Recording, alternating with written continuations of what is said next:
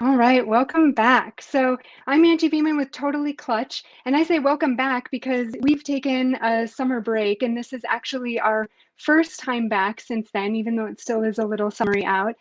But today we're going to be talking about something really, I'm just really excited about this topic. So we're going to be talking about how to reclaim your power, and we have a really special guest with us to talk with us about it. So women have taken kind of a hit, not kind of a hit, they have taken a hit over the last year and a half, right, since the pandemic. And we're also having a moment. So, our voices are being heard in a way that they haven't before. And so this opportunity or this can present itself as an opportunity for us to kind of come back refreshed and really anew, kind of climbing from the ashes, right? And so really it's giving us an opportunity to understand what we truly want and know that it can be ours and actually make that happen. So that's what we're going to be talking about today: how to live the life that you have always dreamed of and live fulfilled in the way that you've craved for so long. Hi, I'm Angie Veman, and welcome to Totally Clutch. This is the podcast for women like you to find ways to simplify your business and personal life. If you enjoyed this episode, be sure to subscribe so you're notified when a new episode is posted. So I think my guest today, agrees with me on this. And so I want to welcome to the show Duquesa Dean. And Duquesa is a public speaker. She's a published author, and she's also a self-development mentor. And what she does is help women achieve their goals, and big, beautiful, seemingly out of reach goals. And so, really getting you unstuck. So, welcome to the show, Duquesa. Hi, Angie. Thank you so much. I'm privileged to be here and so excited to share with you and to share with your viewing and listening audience. Awesome. Thank you so much. Yeah, I think that we are very lucky to have you here today. And I know that the listeners and those watching will feel the same way. So, Duquesa, do you want to tell us a bit about your background and how you got into the work that you do now? Certainly. Thank you so much, Angie. What I do is help women evolve into the women that they have always dreamt of being, and to step into the authentic lives that call at their hearts. As you said earlier, I am a public speaker. I am a published author, self-development mentor, and a corporate trainer working with many leading businesses in the Bahamas. At the moment, I guess I can say that I'm living my best life, but I can tell you that life was not always so easy. There was a time in my life, maybe about 19 years ago, when I found myself sitting on my bathroom floor with a bottle of tablets and a gallon of juice. And as I sat on my bathroom floor, I sat thinking that it was quite ironic that I chose to sit in front of the toilet bowl, because at that point in my life, in my late 20s, I equated my life to nothing more than a toilet bowl, a place that people came to dump on. I found myself in this position, though, for a number of reasons. My primary nurturer died when I was 13. That threw my life into a tailspin. I was labeled a troubled teen because I fought for affection, attention, nurturing that I had lost with that primary nurturer. I felt so lost and isolated, lonely, even though I came from a large family. And so as a teenager, I made a lot of bad decisions that even ended up with me having my first child at the age of 18. Beyond my teenage years, I had a lot of relationships that just didn't work out, including a first marriage that I felt that I failed at that particular point in time. And there were a number of circumstances that resulted in the failure of that marriage. But being a young mom, at 26, 27, with a 3-year-old and a 5-year-old, I was at rock bottom. And so it was a Saturday, and I cleaned the house from top to bottom, was pretty pleased with the work that I'd done. And on this particular Saturday, the bathroom was the last room that I'd cleaned. And as I looked around the bathroom, I just had a thought. And that thought was, this is not the life that I dreamt of when I was 8 years old. When I was 8, I had dreams. I used to sneak outside my grandmother's house and sit on her back stairs. And I would look up and I would gaze at the stars. And anything that was moving, be it a satellite orbiting the earth, a plane flying in the sky, or a star falling, I was wishing on it. And my wish was that I would create a life that would be loving and where I could contribute to the world, where I could use my gifts and talents. I dreamt about so many different careers. But at the age of 27, I'd already lost my dreams. And so as I sat on my bathroom floor contemplating taking my life, two things happened. I just happened to look up. And as I looked up in the ceiling, we had recessed lighting at that time. There were these rays coming down from the lights. And the rays reminded me that I grew up in church. I mean, I went to church so much. I went to church Sunday morning, Sunday night, Wednesday, Friday, Saturday visitation, full week revival. I knew God and I knew church so well. But during my life, as I rebelled and as I tried to find my own way, I'd actually had to shut God off so that I could live a rebellious life and that I could pursue the things that I thought would bring me joy, which ultimately brought me nothing but pain. And I also remembered that I had two beautiful children sleeping in their beds that afternoon. And I didn't want to leave their lives branded as the children whose mother took her life and have them wondering why I didn't love them enough to stay with them. And I can tell you that it took some courage for me to get up off my bathroom floor that Saturday evening to not take my life. But in that moment, I made a decision. And it was one of the most courageous decisions of my life. I had no idea of how I would make life different for me or my children, but I knew that I had to. And so I made the courageous decision to live. That's an amazing story. Really powerful. Yes. Yeah. Wow. And how lucky for us and your kids that you are still here. Thank you so much. Yeah. So can you tell us about, are the women that you work with predominantly, I mean, well, tell us about them. Like, what do they, where are they in their lives? What do their lives look like? Well, that question seems simple, but it's really not. The women that I work with come from varied backgrounds, varied situations. For instance, like Picola is a woman that I've worked with in the past, and she's come from a middle class background, wanted to open a business, wasn't exactly certain how to do that. And so using some of the guides and the accountability concepts that I've implemented in our coaching relationship, she was able to plot her way from where she was to where she wanted to be. And so that was a woman craving to be in a business. I've had other women who have had traumatic experiences, women like Brittany who had suffered loss in her life or in their lives, and I really helped them to heal the loss, heal the trauma, come from a place of brokenness into a place of power by forgiving, by actually using some of the tools and concepts that help us to heal us, to release ourselves from being shackled from the past. I've had women like Dina who was struggling to lose weight. And for some reason, she just kept that weight on. For some reason, she was unable to release her weight. But as we started to dig deeper into her behaviors and into her actions and getting into the root cause of the why, we were able to establish some patterns and some of the reasons why she was actually eating. And so the women that I work with come from various backgrounds and from different needs. There are women who wanted to be promoted in their professional careers that needed personal branding improvement. These were women who were focused on career development, who were not interested in family life at that particular time, but going through the ranks of their careers. And these women ultimately got to the pinnacle of success as a result of some of the tools that they use just by creating their success blueprint.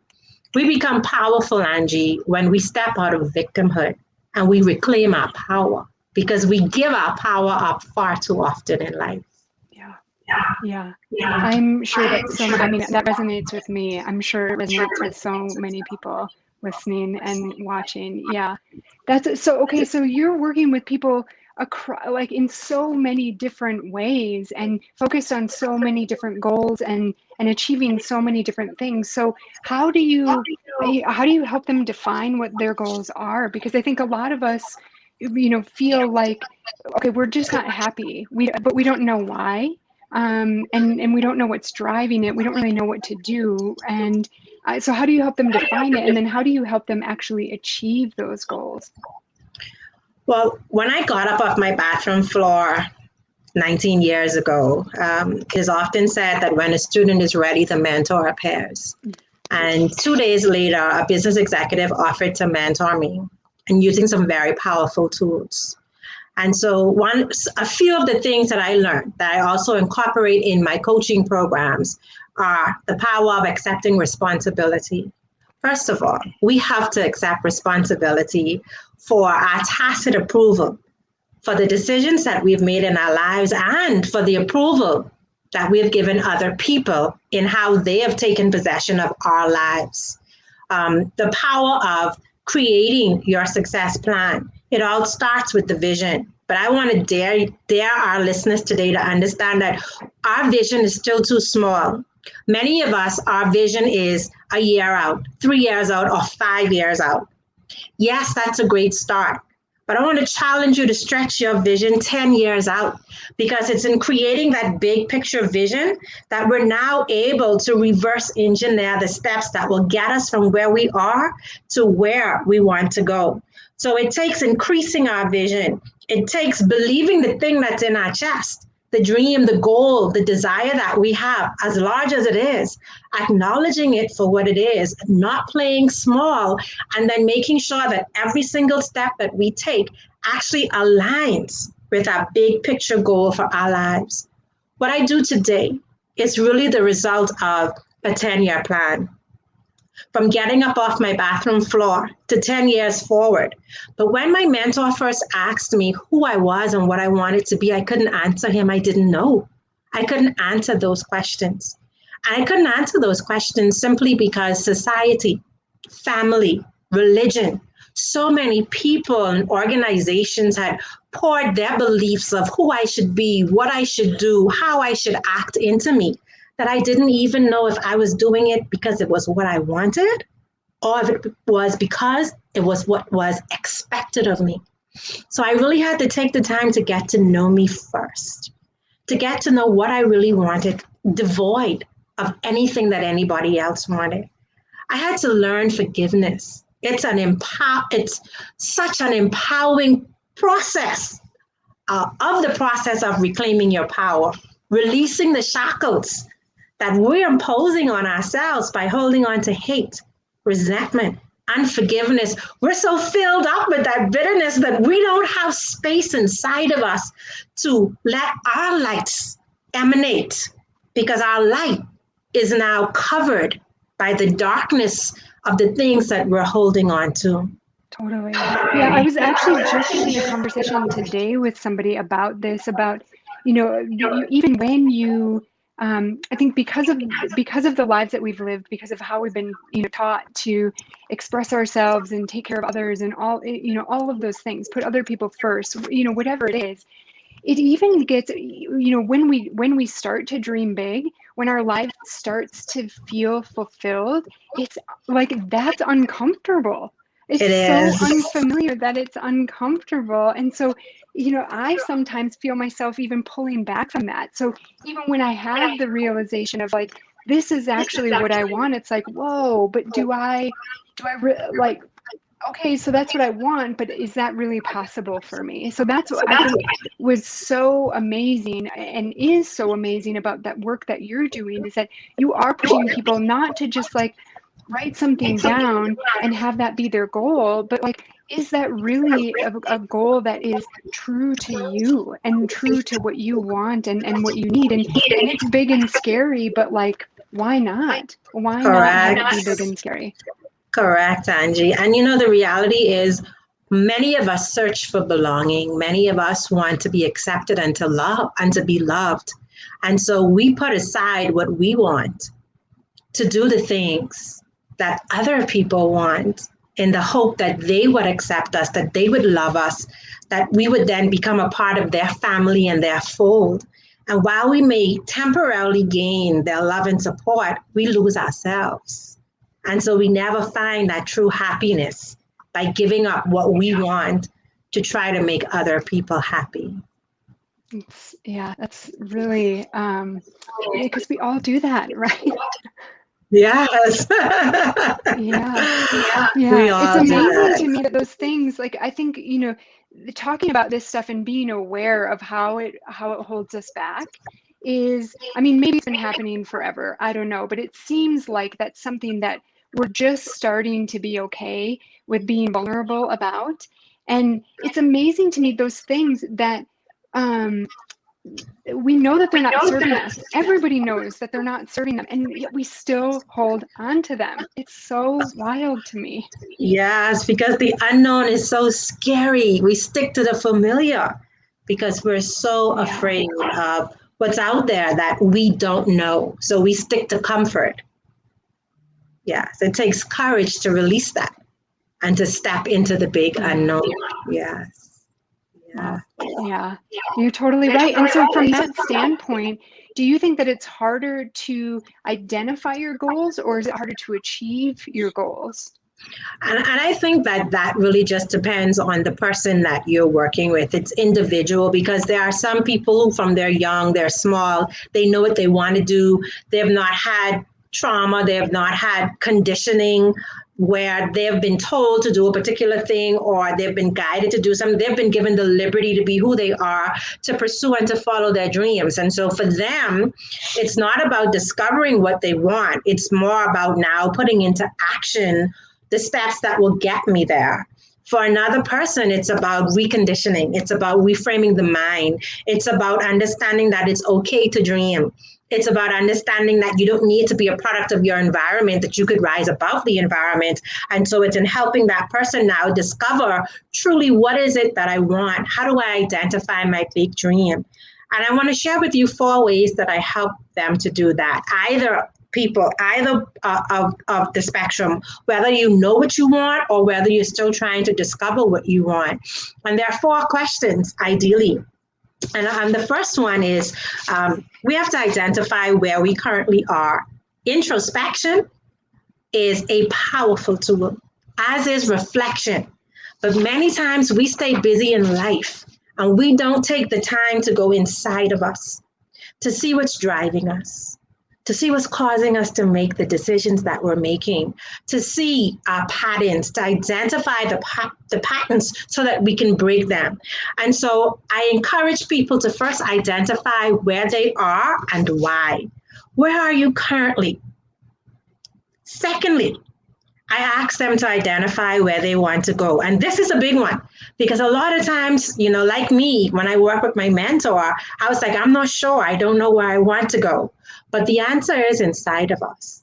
It takes a lot of questioning, it takes a lot of thinking, a lot of processing. It goes back to identifying your strengths and your happiness when you're most happy. And so I get my clients to start to really think about where they want to go. If you had a magic wand 10 years from now with no limits, then you can create the life that you want. What would that life look like?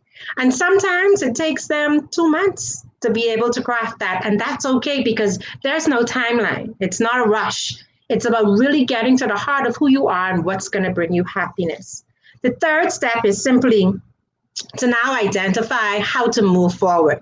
You have taken the time to identify where you are. You have taken the time to identify where you want to go. Now we have to identify how do we get there.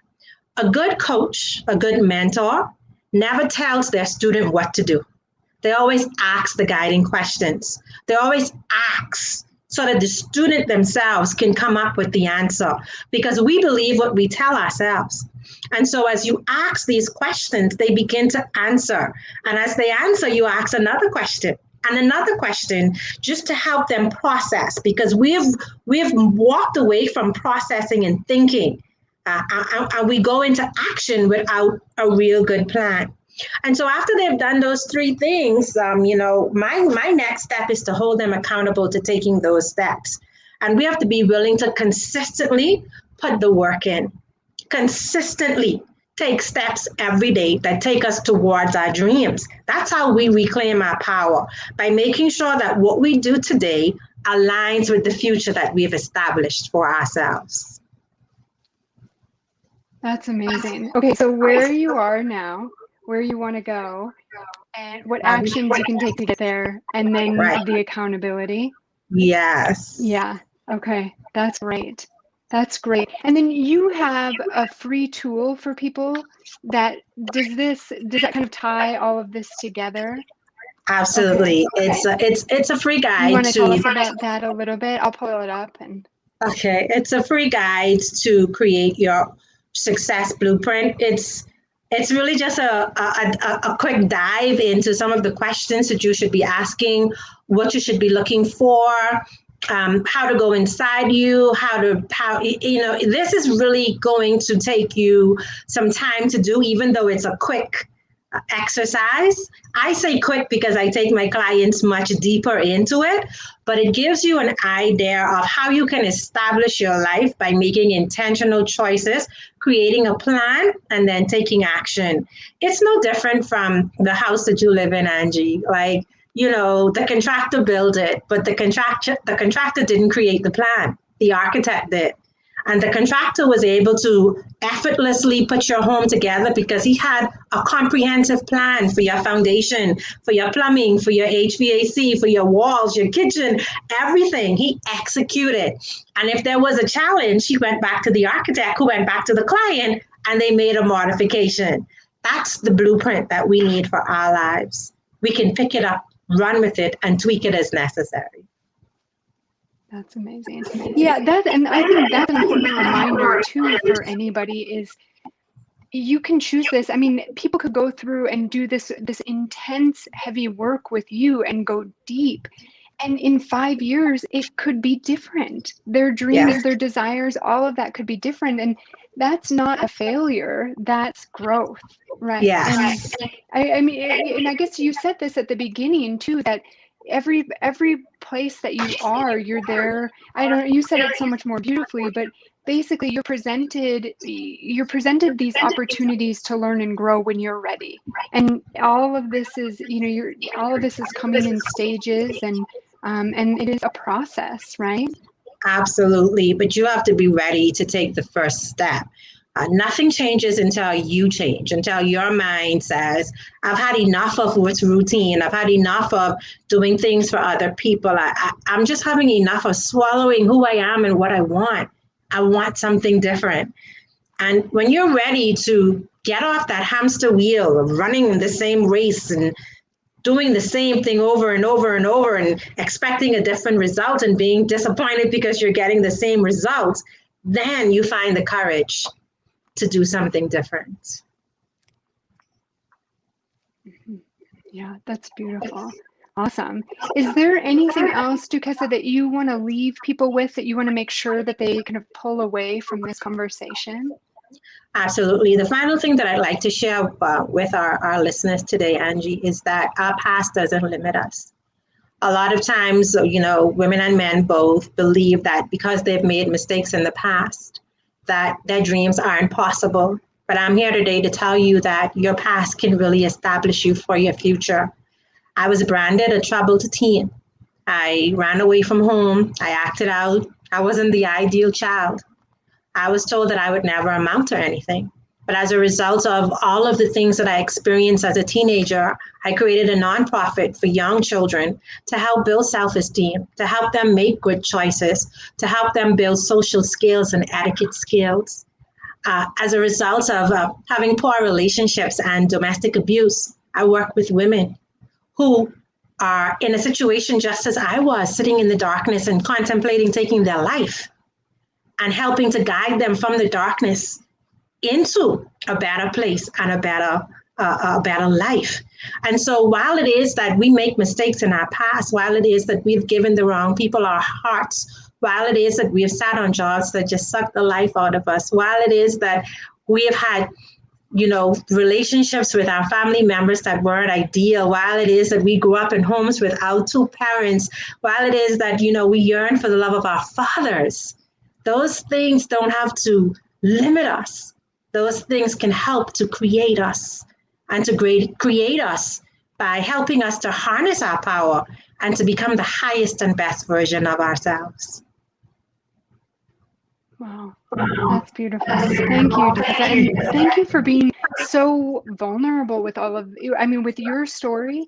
And also, I mean, I feel like you've touched on, all of every possible thing that somebody has gone through in their life, right? That has brought up these feelings and has made things, has created something of a barrier for them to live their life. And so thank you so much for sharing this. Thank you so much for the work that you do, and thank you for selfishly letting me talk to you today.